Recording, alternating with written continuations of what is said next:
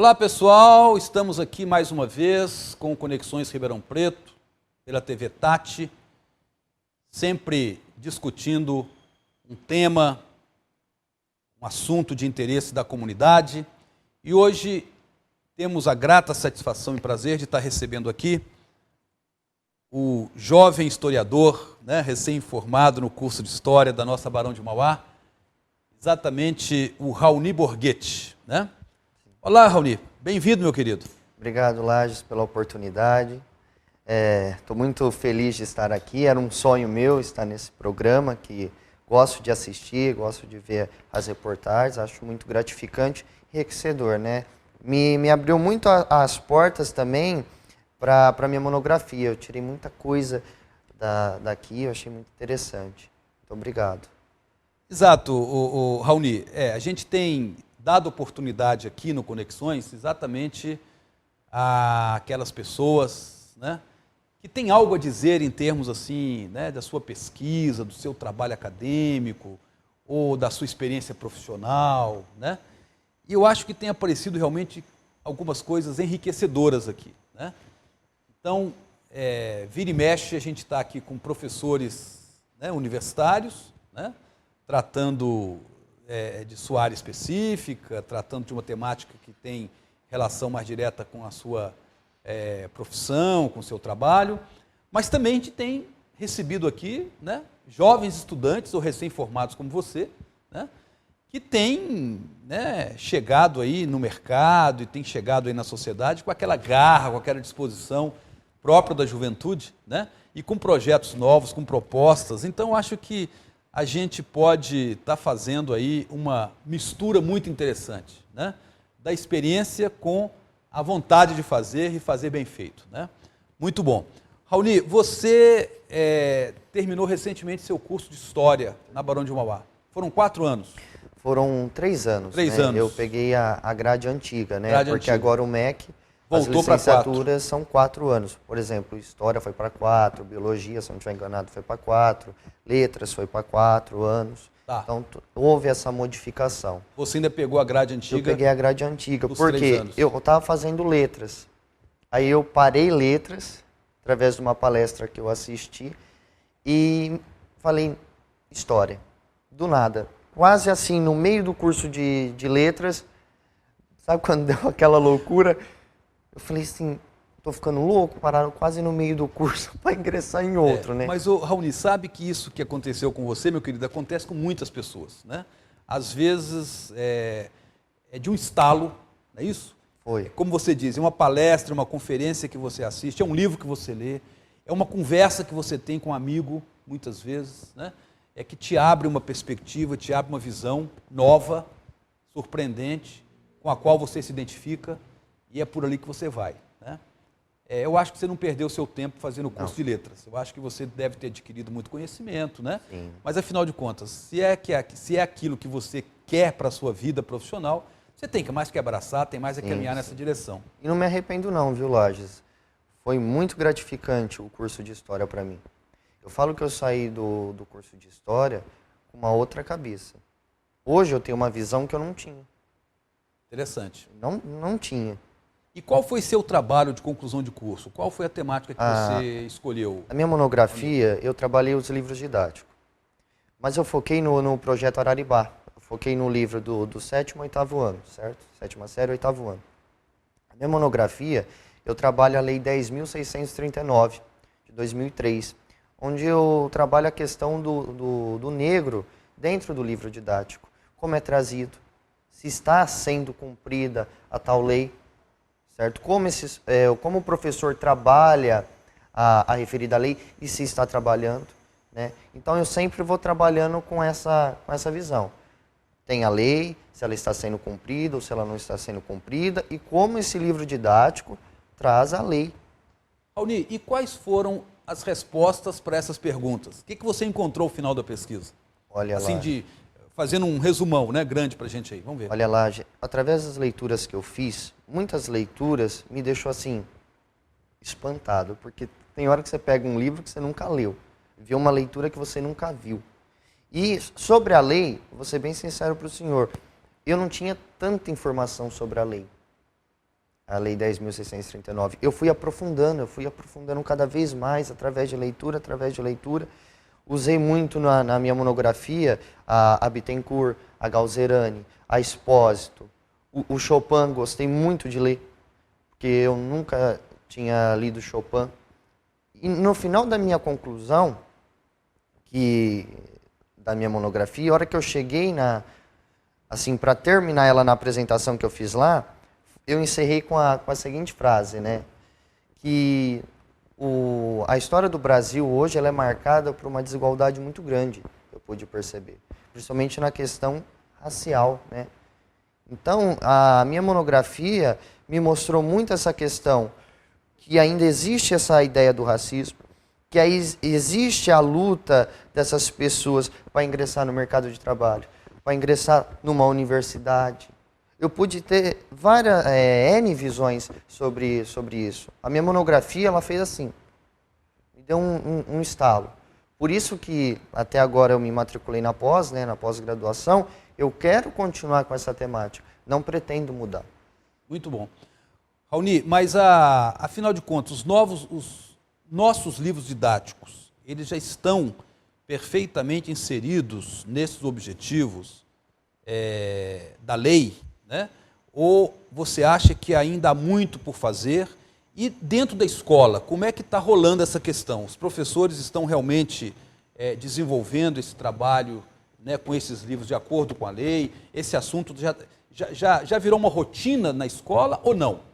Olá, o que eu pude perceber, ainda o livro didático não traz totalmente. Ainda tem um longo caminho ainda a ser percorrido. Não é que não está sendo, mas está ainda lento esse processo, certo?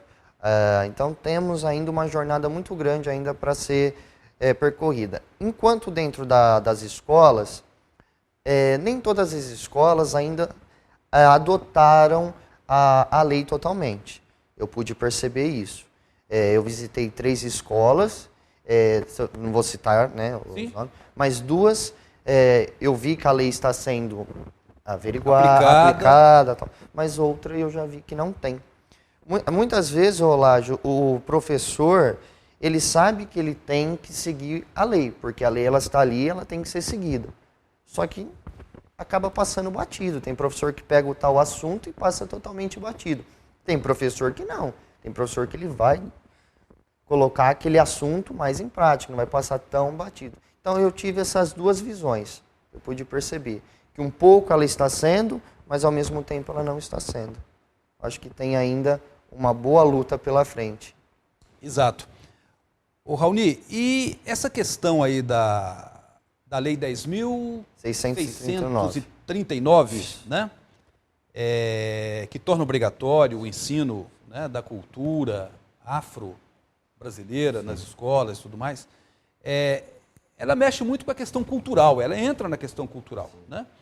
E dá para perceber que, na verdade, a escola, né, em todas as disciplinas ensinadas na escola, inclusive a questão aí do conhecimento, né, da cultura afro-brasileira, é uma questão de ensino, né? Ou seja, conhecimento. Nós estamos numa área de conhecimento, né? A escola é para permitir esse conhecimento, facilitar esse conhecimento por parte dos alunos, né? Mas isso não deixa de provocar uma certa discussão, um certo debate que está vindo, tem recentemente, né, alcançado, assim, tem aflorado de uma forma muito incisiva, muito, às vezes, até com uma certa conotação aí de conflito na sociedade, né, em função exatamente porque mexe com a cultura, né? Você chegou a abordar essa questão também? Porque, por exemplo, quando você fala da questão racial, quando você fala da questão da cultura negra, da cultura afrodescendente, você está mexendo também com outras questões de comportamento, outras questões aí envolvendo a questão, inclusive, religiosa, né? Como é que você vai falar da cultura afrodescendente sem falar, por exemplo, do candomblé, sim, sem falar da umbanda, sem falar de toda essa temática, né? E isso tem provocado discussões, inclusive, no interior da escola, né? Você chegou a pesquisar isso também, ou independente da sua pesquisa, ou como é que você está avaliando isso, nesse momento que a gente está vivendo? Nessa questão da religião, eu não foquei tanto. Eu vou focar ela mais agora na minha pós-graduação, certo? Uma coisa que eu foquei é esse professor, por exemplo, quando você vai estudar a história da África, não levar aquele aluno a só ver a África como pobreza, mas sim levar aquele aluno a ter uma reflexão assim de cultura. Porque a África, você não pode pensar a África só na pobreza. A África tem N culturas. Por exemplo, a comida, a dança. E muitas vezes o aluno, você entra no ensino fundamental, ou até mesmo no médio, aquele aluno só tem aquela visão da África o quê? Decaída, na pobreza. Até mesmo eu e o Rafael Cardoso conversamos isso na minha monografia, porque eu abordei isso na minha monografia. Trazer, é o que eu estou falando, trazer para aquele aluno assim, olha, existe a África pobre? Tem. Mas existe a África também tem cultura. Estudar um pouco sobre a dança, estudar um pouco sobre a religião daquele povo, que eu também considero importante no meu ponto de vista, a alimentação, porque se você pegar, muita alimentação veio de fora. A alimentação que está aqui, que a gente usa, que a gente, né, já se acostumou aqui no Brasil. Se você pegar hoje a feijoada é nossa. Entendeu? Então, a dança, a capoeira é nossa. Percebe essa ideia de cultura? É isso que eu pretendo abordar mais na minha pós-graduação, porque eu não abordei tanto essas questões nessa monografia. Porque senão não ia dar, né? Tinha o limite. Mas eu pretendo agora dar uma outra visão. Mas em questões totalmente lá de religião eu não foquei. Eu pergunto isso, Raoni, porque nós estamos aí, né, num momento, né, em que aparecem as ideias mais estapafúrdias que você imagina. Você falou da pobreza da África, né?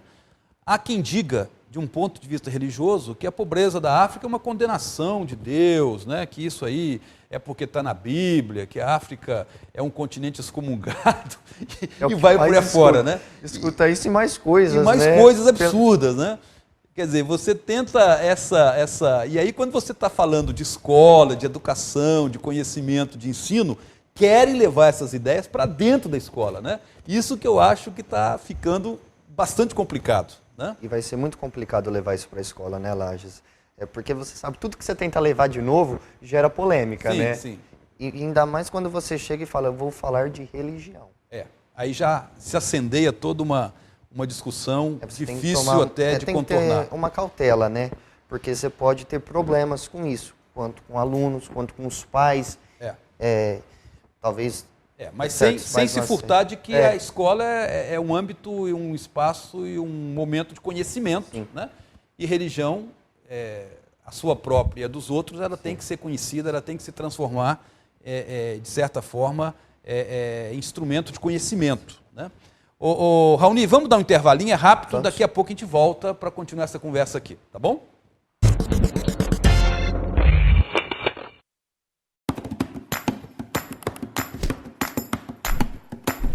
Canções e intérpretes que simbolizam a nossa história musical são relembrados no programa Vinil na Tela. Em novas vozes e estilos para despertar novas emoções. E nessa viagem musical você vai se surpreender. Vinil na Tela, com Márcia Soares. Aqui na TV Tati. Muito mais Ribeirão. Aqui a informação é com coragem. A verdade acima de tudo.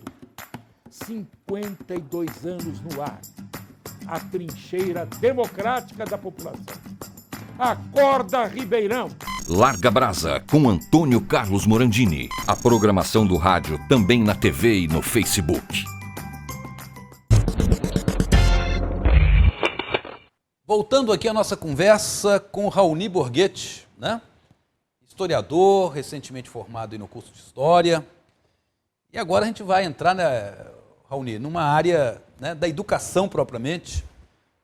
Você que, me parece, começou, né, a sua experiência de professor num cursinho popular, né?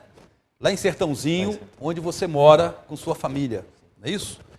E foi um cursinho popular, olha só, o nome do cursinho me chamou a atenção, né? Cursinho Paulo Freire, é isso? E que funciona junto Nas dependências da FATEC. Nas dependências da FATEC. FATEC, lá em Lá Sertãozinho. lá em Sertãozinho, né? Interessante isso aí, né? Como é que essa questão dos cursinhos populares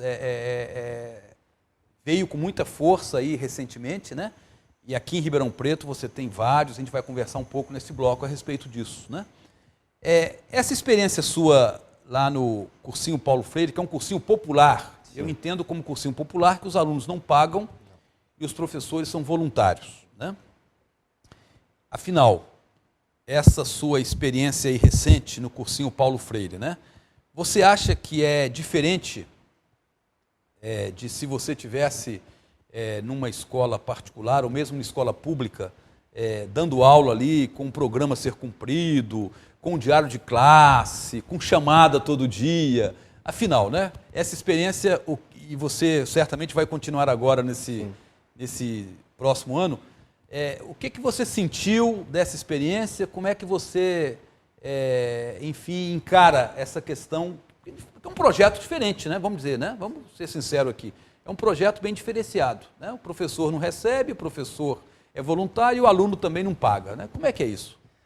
Bom, Lars, eu gostei muito dessa experiência do cursinho. O primeiro cursinho que eu comecei foi no Edgar Morin.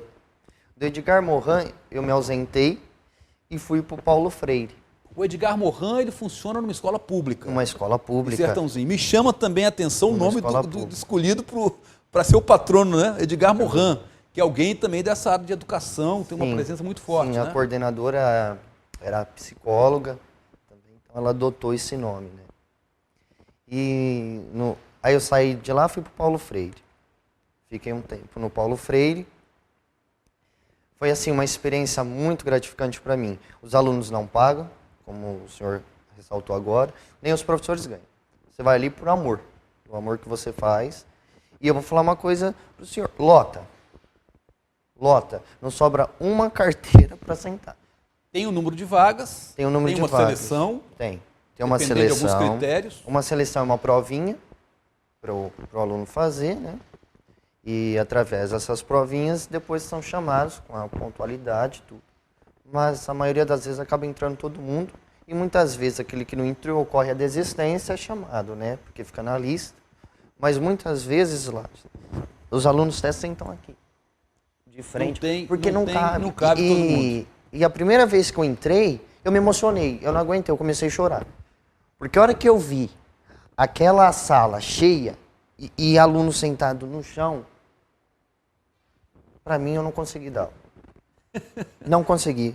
Porque eu esperava sim entrar, mas um ou outro, como a gente é acostumado, certo? Mas me surpreendeu muito. E não conversam, só perguntam. Você não precisa chamar atenção. Porque o ambiente é diferente, né?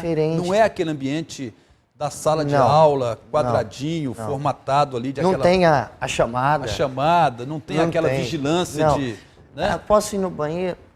Sai sem fazer barulho. Tem hora que eu nem percebo quem saiu, quem entrou. Pelo menos essa. Professor, posso ir no banheiro? Também não tem. Quer ir no banheiro? Né? Naturalmente, se levanta. Lá, nem precisa interromper a aula para pedir licença. Vai no banheiro. É uma educação. Você não escuta nem o barulho da carteira. Tem hora que eu falo assim, ó, agora alguém fala alguma coisa, porque tem hora que você fala assim, só eu tô falando. Raoni, é claro que esse assunto de cursinhos popular, isso aí vai longe, né? Vai. Até porque Muita coisa. Eu também passei por uma longa experiência, de mais de 10 anos, né? Como professor voluntário de cursinho popular. Mas sabe que isso que você está falando, esse comportamento diferenciado do próprio aluno num cursinho popular, ele se assemelha muito com uma sala de aula do EJA, de Educação de Jovens e Adultos, geralmente no período noturno, né, geralmente nas escolas públicas. Né? É um aluno, claro, o aluno do cursinho popular, ele geralmente está fazendo o terceiro colegial, ou ele terminou recentemente o ensino médio e está querendo ingressar no vestibular. Né? Mas já no EJA, não. Já no EJA, grande parte dos alunos já tem uma idade fora daquilo que seria normal, chamaríamos normal, do ensino fundamental e médio. Né? Mas, de qualquer forma, há um respeito, há uma dedicação, há uma atenção bem grande, né? Em relação ao professor, à aula, enfim. Né? O senhor está falando do EJA. Quando eu estava no Morin também tinha o EJA. E eu fiz amizade com uma professora lá, E ela me convidou para assistir uma aula do EJA. Assim, é outra coisa muito gratificante e emocionante de você ver. Tinha uma senhorinha lá de 80 anos. Acho que era 70, 80 anos. Ela falou que ela ia sair do EJA e ia para a faculdade se formar em Direito. É uma ilusão? Não sei. Mas você percebe a vontade daquela senhorinha de se dedicar ali com a intenção, vou me formar em Direito. Olha, e eu posso te assegurar, não é ilusão não, sabe, Raoni, porque isso tem sido a realidade de muitos desses alunos, né, que passam grande parte de sua vida afastado da escola e retornam, né, para poder concluir o ensino fundamental, o ensino médio. Conheço vários casos, né, e ingressam na faculdade, fazem cursos excelentes, né, e são bem avaliados, têm um histórico escolar assim, né, de fazer inveja, e hoje são bons profissionais, hoje estão aí no mercado de trabalho, estão trabalhando, né, e estão servindo a comunidade, né. Essa questão dos cursinhos populares, eu estava te dizendo que é uma coisa muito interessante. Eu fiquei mais de 10 anos no CAP, né, que é justamente o mais antigo de Ribeirão Preto. Isso aí ele aparece aqui em Ribeirão Preto por volta de 1990, 1991, na periferia da cidade, no Quintino, depois vem para o centro, e existe até hoje. Temos aí o CAP até hoje, né? O Centro de Apoio Popular Estudantil, né? E hoje você tem aqui em Ribeirão Preto vários cursinhos populares, por exemplo, nas faculdades de... Cursinho da farmácia. Da farmácia, da medicina, né? Da educação, enfim, lá no campus da USP funcionam ali vários cursinhos, né? Na FEA tem também o cursinho lá da Faculdade de Economia e Administração, né? E o mais recente de todos, que é o NAU, né?